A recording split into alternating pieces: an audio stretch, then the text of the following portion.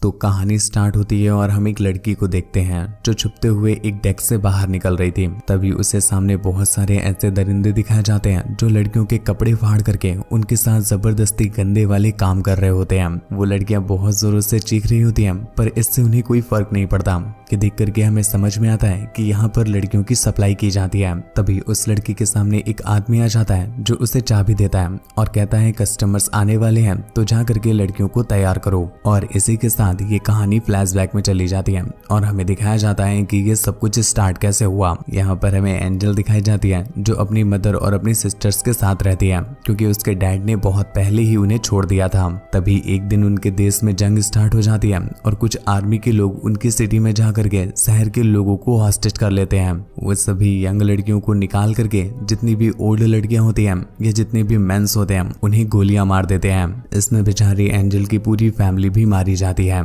जिसके बाद वो आर्मी के लोग उन लड़कियों को डीलर को सौंप देते हैं। इस डीलर का नाम विक्टर होता है और ये इन लड़कियों से धंधे करवाता है और इसके बदले वो आर्मी वालों को भी मजे दिलाया करता है। विक्टर उन्हें सारा काम समझा देता है जो कि बस इतना सा था कि कस्टमर्स के सामने उन्हें टांगे फैला देनी थी। लड़कियां ये सुन करके घबरा जाती हैं तो विक्टर उनके अंदर डर बनाने के लिए उनमें से एक लड़की को पकड़कर जान से ही मार देता है। तभी उसकी नजर एंजल पर पड़ती है और वो उसे देखते ही समझ जाता है कि ये बोल और सुन नहीं सकती है, जिसे देख करके विक्टर समझ जाता है कि ये धंधा नहीं कर पाएगी, इसलिए वो उसे उन लड़कियों की केयर टेकर के रूप में रख लेता है। यहाँ पर एंजल का काम लड़कियों का मेकअप करना और उन्हें गपागप के लिए तैयार करना होता है। एंजल को उन सभी लड़कियों को कंपलसरी एक ड्रग का इंजेक्शन भी देना होता है ताकि जो कस्टमर्स उनके साथ करने के लिए आए उन्हें कोई डिस्टर्बेंस ना हो और लड़कियां आराम से करवाती रहें। ये सारा काम एंजल वेंट्स के थ्रू इधर से उधर जाकर करती थी ताकि किसी भी कस्टमर की उस पर नजर न पड़े। तभी एक दिन जब वो एक लड़की को खाना देने के लिए उसके रूम में जाती है तभी वो देखती है कि उस लड़की की डेथ हो गई है। दरअसल इसके पहले कस्टमर जो इसके पास आया था उसने बहुत बुरी तरह से उसके साथ वो वाले काम कर दिए थे, जिसका दर्द ये बेचारी बर्दाश्त नहीं कर पाई और वहीं पर दम तोड़ देती है। ये बात एंजल जब पास में खड़े एक गार्ड को बताती है तो वो एक कपड़े में उसकी बॉडी को लपेट कर अपने साथ घिसलाते हुए ले जाता है। ये देख करके हमें समझ में आता है कि ये चीज तो यहाँ की आम बात है। दरअसल जो यहाँ पर कस्टमर्स आते हैं वो बहुत ज्यादा ब्रूटल होते हैं और उन्होंने लगभग हवस की सारी सीमाएं पार कर रखी होती हैं। इस वजह से वो यहाँ पर आते हैं क्योंकि विक्टर के इस कोठे में हवस की कोई भी सीमा नहीं है, जो जैसे चाहे वो वैसे कर सकता है। इसी वजह से यहाँ अक्सर लड़कियों की मौत होती रहती है क्योंकि कस्टमर्स बहुत ब्रूटली उनके साथ किया करते थे। एक दिन एंजल को एक लड़की वानिया का खून साफ करने के लिए भेजा जाता है, जहां पर वानिया को पता चलता है कि एंजल बोल या सुन नहीं सकती है। वानिया को साइन लैंग्वेज में बात करना आता था तो वो एंजल से बात करने लगती है। बहुत समय के बाद एंजल से कोई बात कर रहा था तो ये देख करके वो बहुत खुश होती है, पर वो उससे ज्यादा बातें नहीं करती और इस इवेंट के थ्रू वहां से चली जाती है।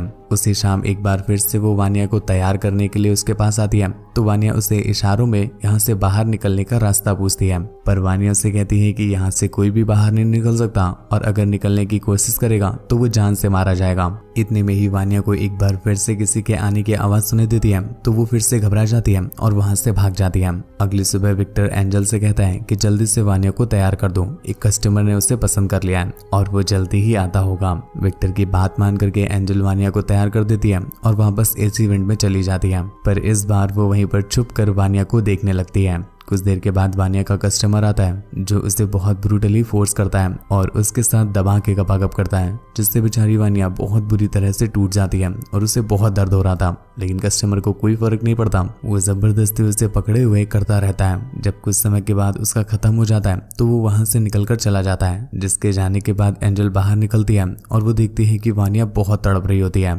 वानिया को इतना दर्द हो रहा था कि उसका दर्द रुक ही नहीं रहा था और उसका बहुत सारा खून भी निकल रहा होता है, इसलिए विक्टर को ना चाहते हुए भी डॉक्टर को बुलाना पड़ता है और डॉक्टर जब वानिया का चेकअप करते हैं तो उसकी हालत देख करके वो विक्टर को बुरा भला कहने लगते हैं। यहाँ पर हमें पता चलता है कि डॉक्टर दिल का बहुत अच्छा इंसान होता है और वो कभी नहीं चाहता है कि ये सारे काम यहाँ पर हो, पर वो कुछ कर नहीं सकता था, इस वजह से उसे विक्टर की बात माननी पड़ती थी। डॉक्टर जब उसे भला बुरा कहने लगता है तो विक्टर को गुस्सा आ जाता है और वो गुस्से में उसके चेहरे पे पैसे फेंक कर वहां से भगा देता है। विक्टर को अब एंजल पर इतना भरोसा हो गया था कि वो उसे यहाँ से बाहर निकलने की चाबी भी दे देता है, क्योंकि उसे पता था कि एंजल उसके लिए बहुत वफादार है और वो यहाँ से कभी भी नहीं भागेगी। अगले दिन एंजल जब वानिया को तैयार करने के लिए जाती है तो वो दिखती है कि वानिया की कंडीशन तो और भी ज्यादा बिगड़ गई है और वो बहुत जोरों जोरों से रो रही होती है। लेकिन इतने में ही पास में खड़ा हुआ एक गार्ड आता है और वो एंजल से कहता है कि वानिया को जल्दी से इंजेक्शन दे दो, क्योंकि कस्टमर कभी भी आता होगा और इस वाले कस्टमर को बिल्कुल भी डिस्टरबेंस नहीं पसंद है।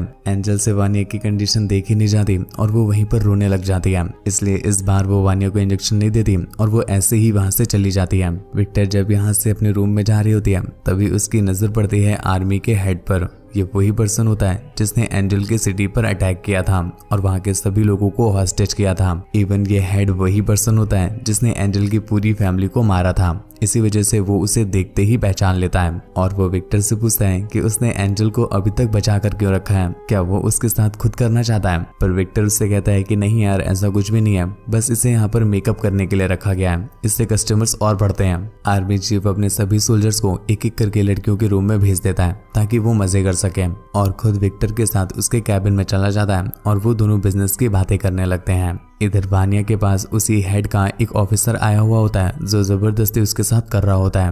वानिया बेचारी बहुत जोरों जोरों से रो रही थी पर उसे इस बात का कोई फर्क नहीं पड़ता और वो कंटिन्यूस करता ही जा रहा था। इधर एंजल सब कुछ देख रही थी और उसे वानिया का दर्द महसूस हो रहा था पर वो कुछ कर नहीं पा रही थी। लेकिन तभी वो सारी हिम्मत जुटाती है और एक चाकू लेकर के वेंट से बाहर निकल आती है और उस ऑफिसर को चाकू से स्टैब करके मार देती है। लेकिन अब तक बहुत देर हो चुकी थी। वानिया उसका दर्द बर्दाश्त नहीं कर पाती और वो वहीं पर दम तोड़ देती है। ये देखकर एंजल को बहुत बुरा लगता है क्योंकि उसने आने में देरी कर दी थी। दूसरी तरफ ऑफिसर्स को शक होने लगता है क्योंकि उन्होंने अंदर से अपने ऑफिसर के चीखने की आवाज सुनी थी, तो वो लोग दरवाजा तोड़कर अंदर आ जाते हैं। लेकिन तब तक तो एंजल वहां से जा चुकी थी। यहाँ पर उन्हें समझ ही नहीं आता कि आखिरकार उनके सोल्जर की डेथ कैसे हुई, क्योंकि यहाँ पर तो कोई आया ही नहीं था। तभी अचानक से उस ऑफिसर को वेंट से कुछ आवाज सुनाई देती है, तो वो तुरंत ही वेंट का पीछा करने लगता है और एक एक करके लड़कियों के सारे रूम चेक करता है। सभी लड़कियां अपने अपने रूम में होती हैं, बस एंजल ही थी जो अपने रूम से गायब थी। ये देख करके उस ऑफिसर को गुस्सा आ जाता है और वो एक लड़की को शूट कर देता है और अपने सभी ऑफिसर्स को ऑर्डर देता है कि पूरे एरिया को घेर लो और जहां कहीं भी एंजल दिखाई दे तुरंत ही उसे शूट कर देना। इधर एंजल उस चाबी के थ्रू दरवाजे को खोलने लगती है जो उसे विक्टर ने दी थी, पर उस चाबी से दरवाजा खुल ही नहीं रहा था। ये देख करके उसे समझ में आता है कि विक्टर उससे बिल्कुल प्यार करता ही नहीं है, बल्कि उसने तो बस उसे दिलासा देने के लिए एक झूठी चाबी दे दी थी।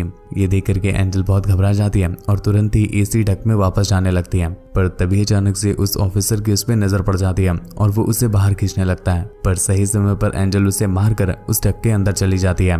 यहाँ से निकलकर एंजल सीधा फर्स्ट फ्लोर पर पहुंचती है जहाँ पर एक बंदा उसे देख लेता है और उसके साथ जबरदस्ती करने के लिए तैयार हो जाता है। एंजल को समझ में आ गया था कि अगर अभी उसने कुछ नहीं किया तो ये बंदा भी जबरदस्ती करके पहले उसकी इज्जत लूटेगा और फिर उसे भी मार देगा। एंजल बहुत समझदारी से अपना इंजेक्शन निकालती है और फाइट के दौरान उसे लगा देती है, जिससे वो वहीं पर बेहोश हो जाता है और फाइनली वहां से निकलकर डक में वापस जाने लगती है। पर तभी वो ऑफिसर वहां पर आ जाता है क्योंकि उसने अपने ऑफिसर के चीखने की आवाज सुन ली थी और एंजल के डक में जाने से पहले ही वो उसका एक पैर पकड़ लेता है, पर एंजल अपने दूसरे पैर से उसे हिट करके वापस डक के अंदर चली जाती है। बोरान बहुत ज्यादा परेशान हो जाता है क्योंकि वो एक छोटी सी लड़की को नहीं पकड़ पा रहा था, इसलिए वो एक गन देकर अपनी आर्मी के सबसे पतले ऑफिसर को डक के अंदर भेज देता है। अंदर एंजल बहुत चालाकी से एक ईंट पकड़ लेती है और उस ऑफिसर को ईंट से कुचल कुचल करके मार देती है। ये देख करके बोरान को बहुत गुस्सा आता है और वो गुस्से में बहुत सारी गन्स निकलवा लेता है और बहुत सारे आंसू गैस के गोलों को पूरे घर की वेंट में डाल देता है, जिससे चारों तरफ धुआं होने लगता है और अंदर एंजल परेशान हो जाती है। इसलिए वो किसी तरह से उस वेंट से बाहर निकलती है और एक खिड़की के थ्रू वहां से भागने की कोशिश करती है, पर गलत समय पर बोरान उसे देख लेता है, जिसके बाद वो उस पर शूट करने लगता है। पर एंजल किसी तरह से वहां से बचने में कामयाब हो जाती है, पर बोरान फिर भी नहीं रुकता। वो अपने भाई के साथ साथ अपने आदमियों को लेकर के एंजल का पीछा करने लगता है। इधर एंजल जंगलों में भाग रही थी और वो भागते भागते उनसे बहुत दूर निकल आती है। तभी अचानक से वो एक पेड़ के पास जाकर गिर जाती है, जहाँ पर उसकी नजर पड़ती है लड़कियों की सड़ी हुई बॉडीज पर। ये उन्हीं लड़कियों की बॉडीज होती हैं जिनसे जबरदस्ती विक्टर के कोठे में धंधा कराया जाता है और जो लड़कियां दर्द नहीं बर्दाश्त कर पाती और मर जाती हैं उन्हें यहाँ पर फेंक दिया जाता है। यहाँ पर इतनी सारी बॉडीज होती है कि बेचारी एंजल देख कर ही डर जाती है। इतने में एंजल के सामने विक्टर आ जाता है जो उसे प्यार से समझाने लगता है, पर एंजल इतना घबरा गई थी कि वो उसे चाकू दिखाने लगती है। विक्टर उसे समझाता है कि वो उसे चाकू मत दिखाए, वो तो यहाँ पर उसे बचाने आया है, तो प्लीज चाकू वो उसे दे दे। कुछ देर के बाद एंजल भी उसकी बातों में आ जाती है और वो उसे चाकू दे देती है। चाकू लेते ही विक्टर हंसने लगता है और उसे थप्पड़ मार के नीचे गिरा देता है। इतने में बोरान और उसका भाई भी वहां पर आ जाता है, जो विक्टर से उस लड़की को उनके हवाले करने कहता है। पर विक्टर उस लड़की को गन पॉइंट कर लेता है और उनसे कहता है कि तुम लोगों ने मेरा बहुत नुकसान कर दिया है, तो सबसे पहले मेरी पूरी पेमेंट करो और फिर ये लड़की अपने पास ले जाओ। वो लोग बातों में लगे होते हैं और एंजल इस बात का फायदा उठा लेती है। वो एक धारदार हथियार से एंजल के पैर में हिट करती है और वहां से भाग जाती है, पर पैर में चाकू लगने की वजह से वो डिस्ट्रैक्ट हो जाता है और सीधा बुरान के भाई को ही शूट कर देता है। इधर एंजल भागते भागते एक फैक्ट्री में पहुंचती है जहाँ पर बहुत सारे वर्कर काम कर रहे होते हैं और इधर बुरान विक्टर को मार करके उसी फैक्ट्री में पहुंच जाता है और वो उन सभी वर्कर्स को वहां से जाने के लिए कहता है। ये देख करके एंजल घबरा जाती है और भागने लगती है। अब पूरी फैक्ट्री में कोई नहीं होता है, तो बुरान भी उसे तड़पा तड़पा कर मारना चाहता था, इसलिए वो भी उसका पीछा करने लगता है। पर तभी एंजल एक पतले से पाइप में चली जाती है। उसके पीछे पीछे बुरान भी जाता है, लेकिन वो बीच में ही जाकर फंस जाता है। एंजल जब ये देखती है तो वो उसके पास वापस आती है और बुरान उससे रिक्वेस्ट करने लगता है कि प्लीज वो उसकी हेल्प करे। पर एंजल उसकी हेल्प नहीं करती, बल्कि उसके मुंह में कपड़ा घुसा देती है और फिर अपने खून से उसका वैसे ही मेकअप करती है जैसे वो उन लड़कियों का किया करती थी। जिसके बाद वो उस पाइप से बाहर निकल आती है और एक बार फिर से वहां से भागने लगती है। भागते भागते वो एक ओल्ड लेडी के पास आ जाती है और उसके पास आकर गिर जाती है, जिसके बाद वो लेडी उसे उठाकर अपने घर ले आती है, जहाँ पर हम उसके पति को देखते हैं। ये कोई और नहीं बल्कि वो डॉक्टर होता है। डॉक्टर एक बहुत अच्छा इंसान था, तो हम समझ पाते हैं कि शायद एंजल की अब लाइफ बन जाएगी। और इसी के साथ ये कहानी यहीं पर एंड हो जाती है। तो दोस्तों, आपको कहानी कैसी लगी नीचे कमेंट करके जरूर बताइएगा। ऐसी ही और भी ज्यादा इंटरेस्टिंग मूवीज के लिए चैनल को सब्सक्राइब करना बिल्कुल भी ना भूलें। चैनल को ध्यान से सब्सक्राइब कर लीजिए ताकि कोई भी लेटेस्ट वीडियो आपसे मिस ना होने पाए।